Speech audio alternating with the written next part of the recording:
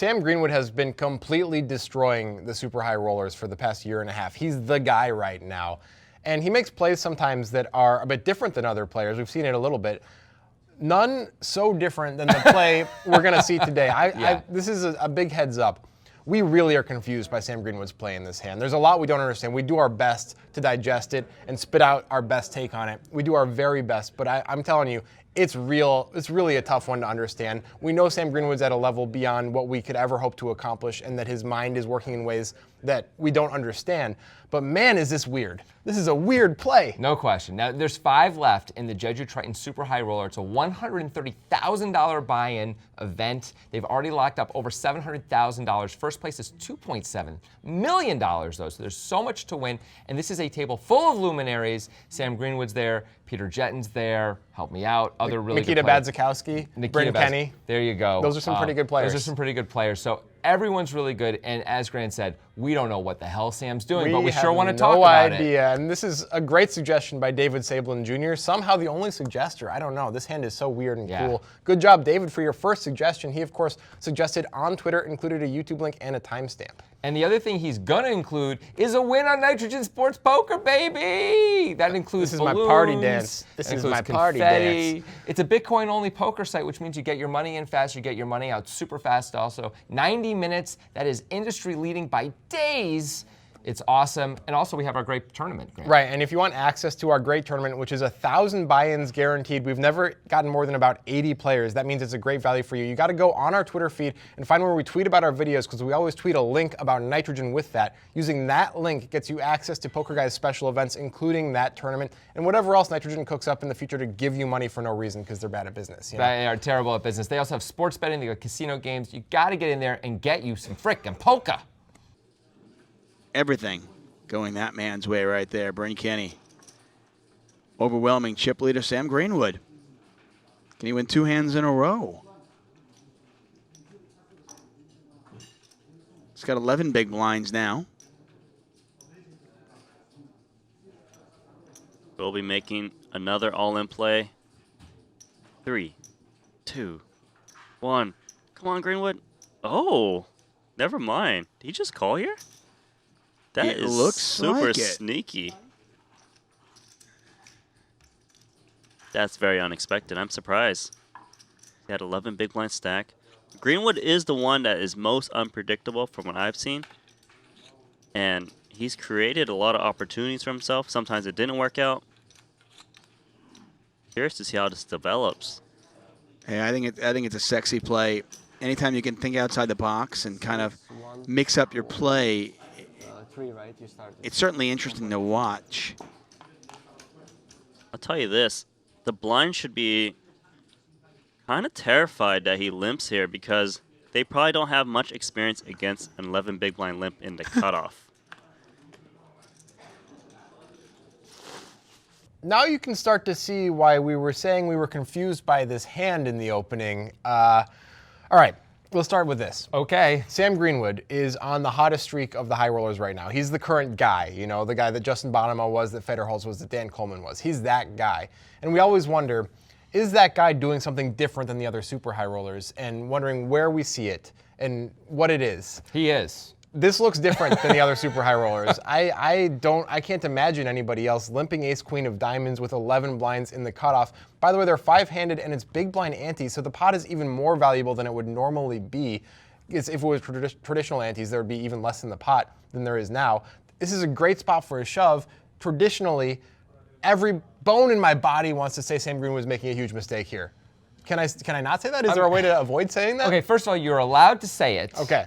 I would say you're not qualified to say it. As I've heard that before. Some other people may say that about us as well. Look, every bone in my body feels the same. Absolutely, this is not something I would ever do. And I don't understand why Sam is doing it. I'm not going to pretend I do. I would never claim that Sam is making a mistake here. I know Sam is doing this for a reason. I just cannot come up with the reason. And we talked about this in our podcast. We got into, well, maybe it's this. Maybe it's this. Maybe he's trying to induce.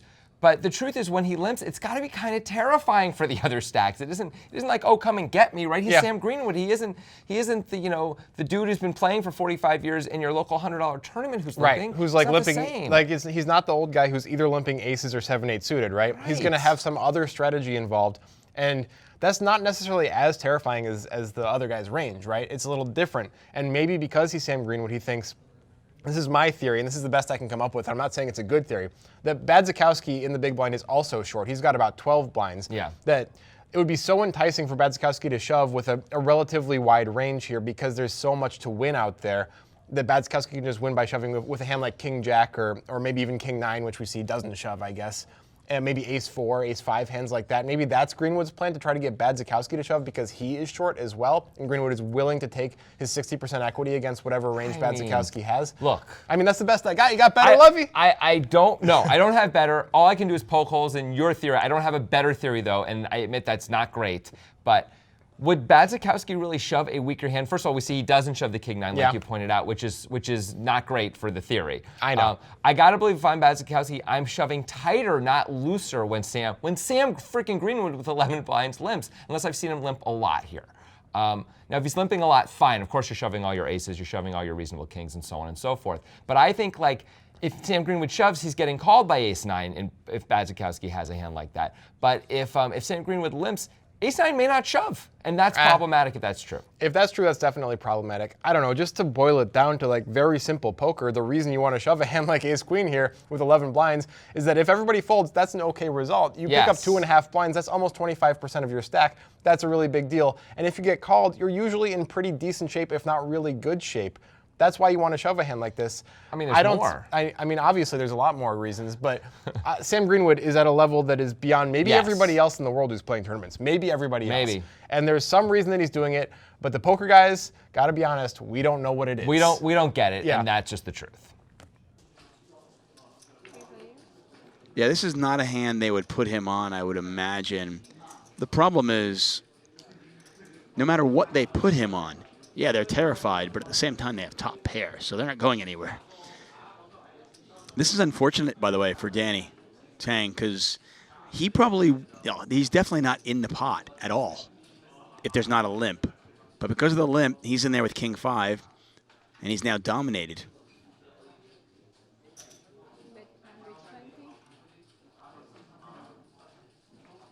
So he is going to bet the exact minimum, hoping his opponents just fold. I just want to thank Sam Greenwood for this hand, though, because this is a hand that shouldn't have happened from an analysis standpoint. This should be a shove, fold, fold, and we move on. But Greenwood is so creative. He limps in, and now we have a very intriguing hand to kind of talk about. Kind of tricky for Badzikowski. King 9. Usually will have the best hand. He's only sitting on 12 big blinds. A player has limped in the cutoff and bet the flop. I don't think he knows what this actually means.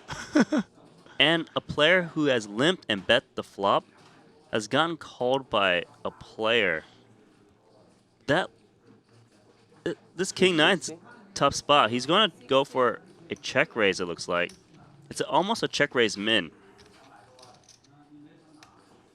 I actually think he has the intention of folding if Greenwood shoves. Because it's pretty impossible for Greenwood to be bluffing here. That's what I mean. And you don't think that Danny has many fours or deuces, so when Danny calls this flop, he's going to have a ton of kings in his range, right? The fact that he's raising so small is very, very interesting.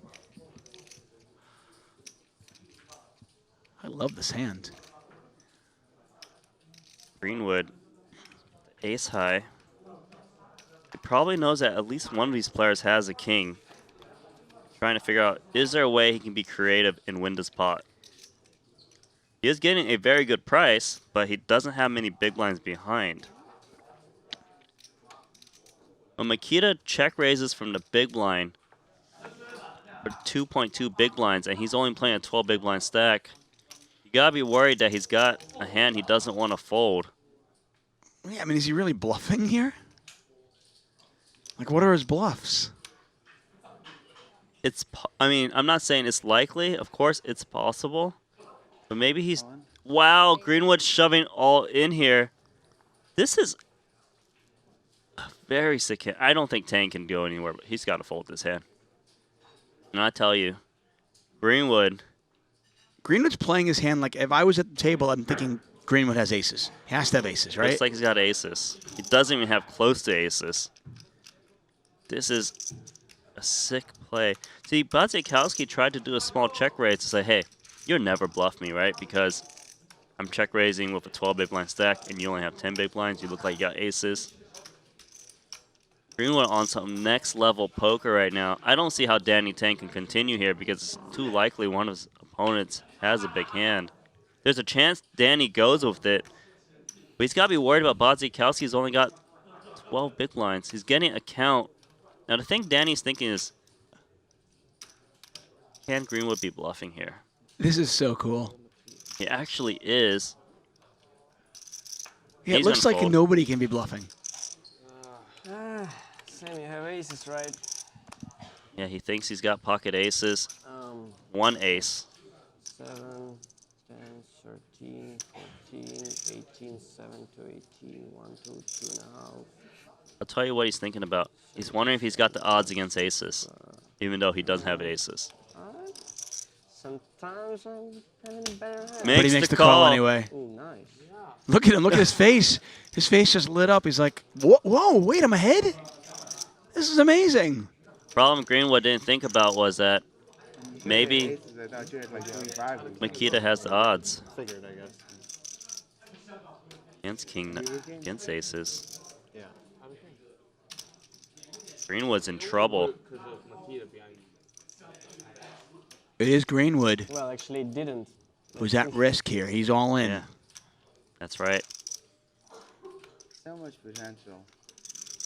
Only an ace will save Sam Greenwood.